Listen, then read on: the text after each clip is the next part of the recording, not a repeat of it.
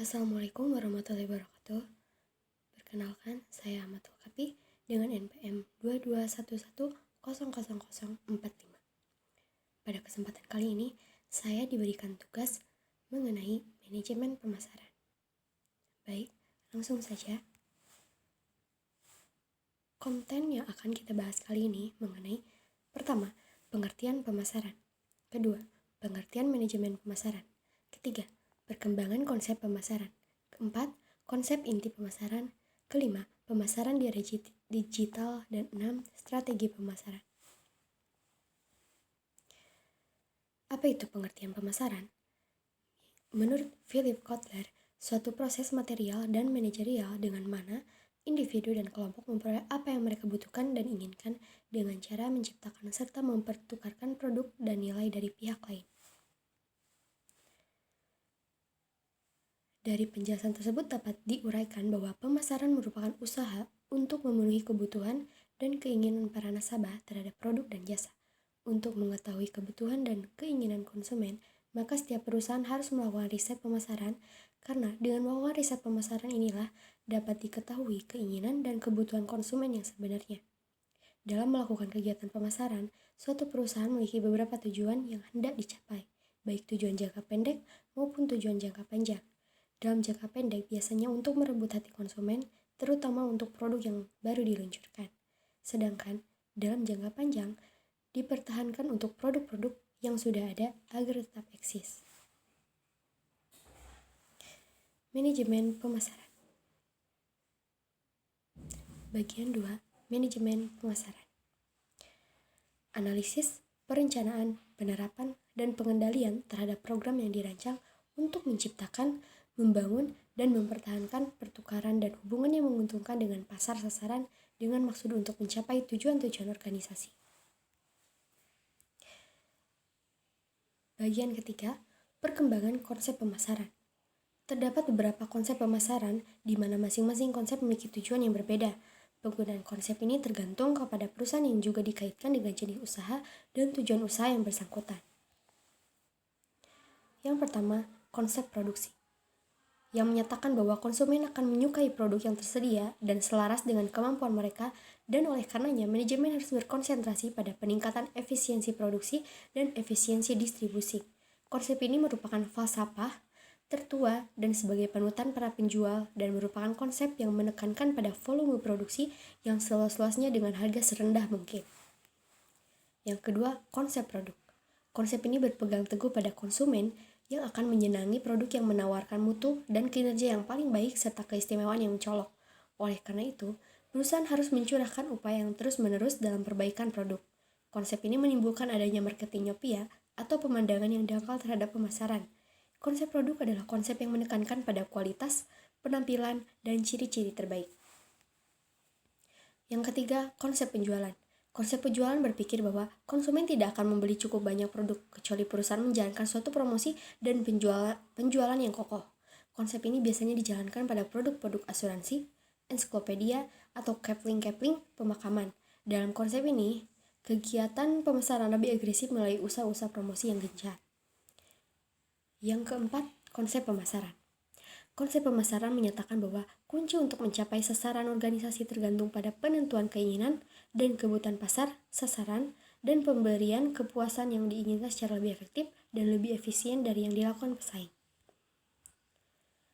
Menurut Philip Kotler, konsep ini menekankan ke dalam beberapa pengertian, yaitu menemukan keinginan pelanggan dan penuhi keinginan tersebut, membuat apa yang dapat Anda jual daripada menjual apa yang dapat Anda buat, mencintai pelanggan, Andalah yang menentukan, berhenti memasarkan produk yang dapat Anda buat, dan mencoba membuat produk yang dapat Anda jual. Yang kelima, konsep sosial. Merupakan konsep yang bersifat sosial atau kemasyarakatan. Konsep ini menekankan kepada pemenuhan kebutuhan, keinginan, dan minat pasar serta memberikan kepuasan sehingga memberikan kesejahteraan konsumen dan masyarakat. Konsep holistik yaitu konsep yang menyeluruh di mana para pemasar berusaha untuk meningkatkan kesadaran dari suatu kebutuhan konsumen agar didapat pendekatan yang lebih lengkap dan menyatu atau kohesif sehingga melebihi aplikasi konsep pemasaran secara tradisional. Konsep ini didasari pada pengembangan desain, dan pengimplementasian dari program-program pemasaran, proses-proses, dan aktivitas-aktivitas yang disadari saling ketergantungan. Konsep dari pemasaran holistik merupakan penyampaian nilai kepada para konsumen atau pelanggan dan mengkomunikasikan nilai tersebut kepada pelanggan. Inti kegiatan dari pemasaran secara keseluruhan pemasaran itu diwakilkan oleh 4 komponen penting, yaitu pertama, integrate marketing. Sebuah penggabungan aktivitas-aktivitas dan program-program dari marketing atau pemasaran yang dimaksudkan untuk membuat, mengkomunikasikan, dan menyampaikan nilai kepada pelanggan. Internal marketing. Kegiatan-kegiatan pemasaran yang dilakukan dalam perusahaan atau organisasi yang hubungannya dengan departemen lain dan top manajemen, seperti hubungan dengan pengadaan karyawan, pelatihan, dan memotivasi karyawan. Relationship marketing merupakan kegiatan pemasaran di mana membina hubungan dengan bagian-bagian organisasi atau lainnya, baik yang berhubungan secara langsung ataupun tidak langsung, yang memberi kontribusi untuk pencapaian tujuan baik dalam organisasi, khususnya pada bagian pemasaran. Social responsibility marketing merupakan pemasaran di mana berhubungan dengan masyarakat, baik itu komunitas maupun masyarakat secara luas. Etika dalam menjalankan kegiatan marketing legal atau ilegal dilihat dari sisi hukum. Keseluruhan kegiatan pemasaran dalam social responsibility marketing berhubungan dengan hal tersebut. Keempat komponen ini yang membentuk kegiatan pemasaran secara keseluruhan sehingga dikatakan sebagai pemasaran keseluruhan atau holistic marketing. Bagian keempat yaitu konsep inti pemasaran. Tidak hanya sibuk memikirkan bagaimana memperoleh laba yang besar, menciptakan strategi agar barang atau jasanya bisa memenuhi kebutuhan pembeli, juga harus mampu memenuhi kepuasan pasar yang terus berubah, tidak dapat diprediksi.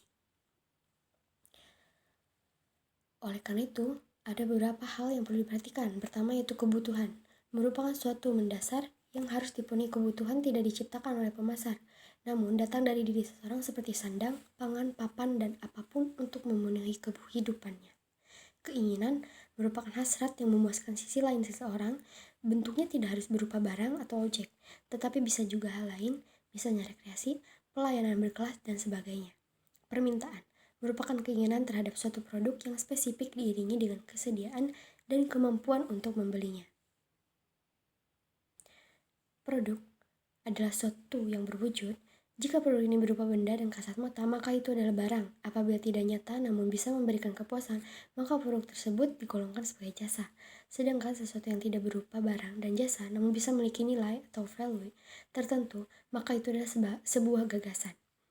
Nilai yang terkandung di dalam serta kepuasan yang diperoleh. Nilai merupakan total biaya yang dihadapkan dengan kemampuan produk dalam memenuhi kepuasan. Biaya adalah jumlah uang yang dikorbankan seseorang untuk memenuhi kebutuhan atau keinginannya. Jadi biaya ini akan selalu ada dan harus dipenuhi oleh seorang konsumen untuk mendapatkan sesuatu. Faktor biaya sering menjadi pertimbangan utama sebelum seseorang memutuskan mau membeli barang atau menggunakan jasa. Kepuasan adalah bagian yang sulit diukur. Dalam konsep inti pemasaran, sifatnya sangat subjektif dan cenderung dipengaruhi oleh gaya hidup seseorang. Semakin tinggi standar hidupnya, maka kepuasannya akan semakin sulit dipenuhi dan ditebak. Pertukaran dan transaksi. Adanya pertukaran dalam bentuk transaksi membuat aktivitas ini dipandang sebagai sebuah proses, bukan lagi tindakan pemenuhan kebutuhan semata. Dalam sebuah transaksi terdapat kesepakatan mengenai jenis barang, jumlahnya, serta harga yang harus dibayar. Alat tukar yang berlaku secara universal yaitu uang. Menjalin hubungan yang baik dengan berbagai pihak tidak selamanya dilandasi dengan hal-hal baku atau legal. Sebaliknya, hubungan baik yang bertahan lama didasari dengan kepercayaan, sikap kekeluargaan, dan pelayanan yang bersahabat. Hasil dari hubungan baik ini tidak hanya bekerja sama jangka panjang, namun juga jaringan bisnis menjadi terbuka luas. Keuntungannya adalah bisnis bisa semakin besar seiring dengan berjalannya waktu. Pasar, tempat bertemunya penjual dan pembeli, aktivitas transaksi, serta terciptanya gagasan-gagasan produk baru. Seiring dengan perkembangan zaman, pasar tidak spesifik dipandang sebagai tempat secara fisik. Teknologi mengubah konsep pasar menjadi tempat transaksi baik berwujud nyata maupun digital. Pemasar dan pembeli. Pemasar adalah pihak yang mencari calon pembeli, bisa satu orang atau lebih, sehingga terciptalah kegiatan transaksi. Sedangkan di sisi lain, calon pembeli adalah seseorang yang dianggap potensial untuk melakukan kegiatan transaksi tersebut. Faktor yang menentukan potensial atau tidaknya dilihat dari kemampuan membeli dan kesediaan dirinya. Dalam kondisi yang standar, Pemasaran merupakan seseorang yang bekerja dari sebuah perusahaan atau pihak yang menawarkan barang atau jasa.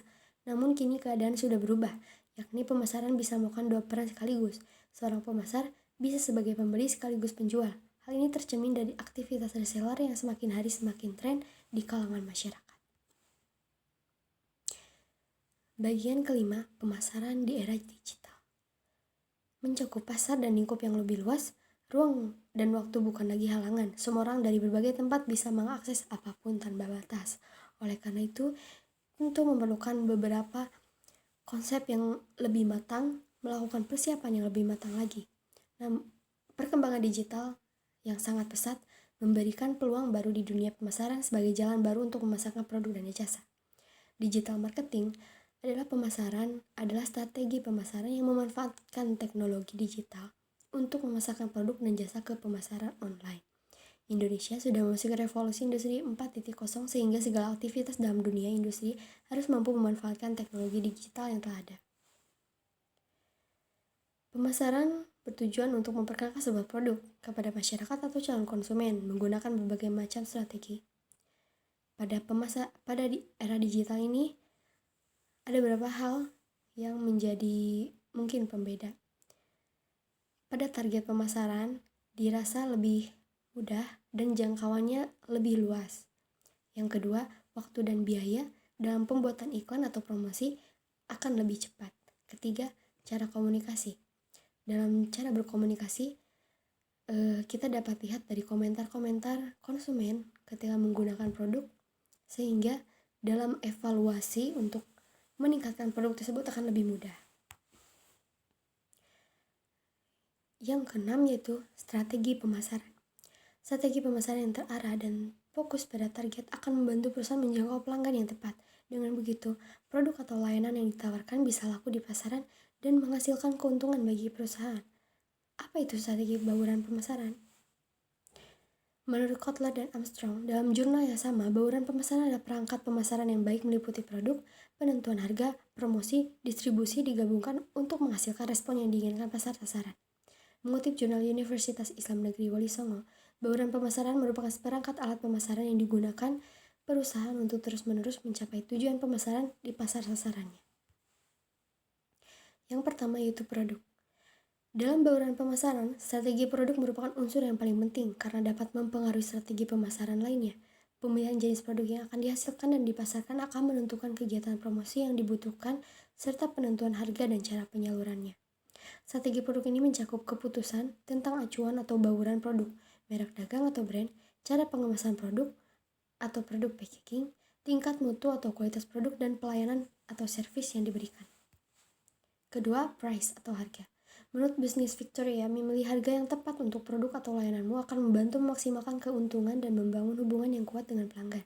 Dengan menetapkan harga secara efektif, kamu akan menghindari konsekuensi keuangan serius yang bisa terjadi jika salah menentukan harga, yaitu terlalu rendah, tidak cukup beruntung, terlalu tinggi, tidak cukup penjualan.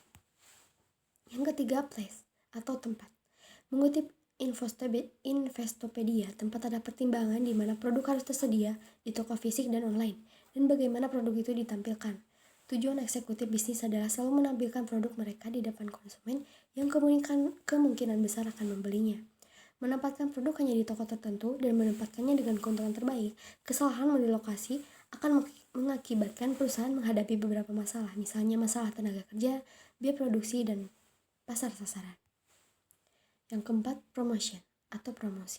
Promosi sangat penting untuk membuka pangsa pasar yang baru atau memperluas jaringan pemasaran, diharapkan bisa mempertahankan atau bahkan meningkatkan ketenaran merek atau brand. Dalam jangka panjang diharapkan bisa menunjang keberhasilan kegiatan pemasaran. Mengutip Investopedia, tujuan promosi untuk mengkomunikasikan kepada konsumen bahwa mereka membutuhkan produk ini dan harganya sesuai.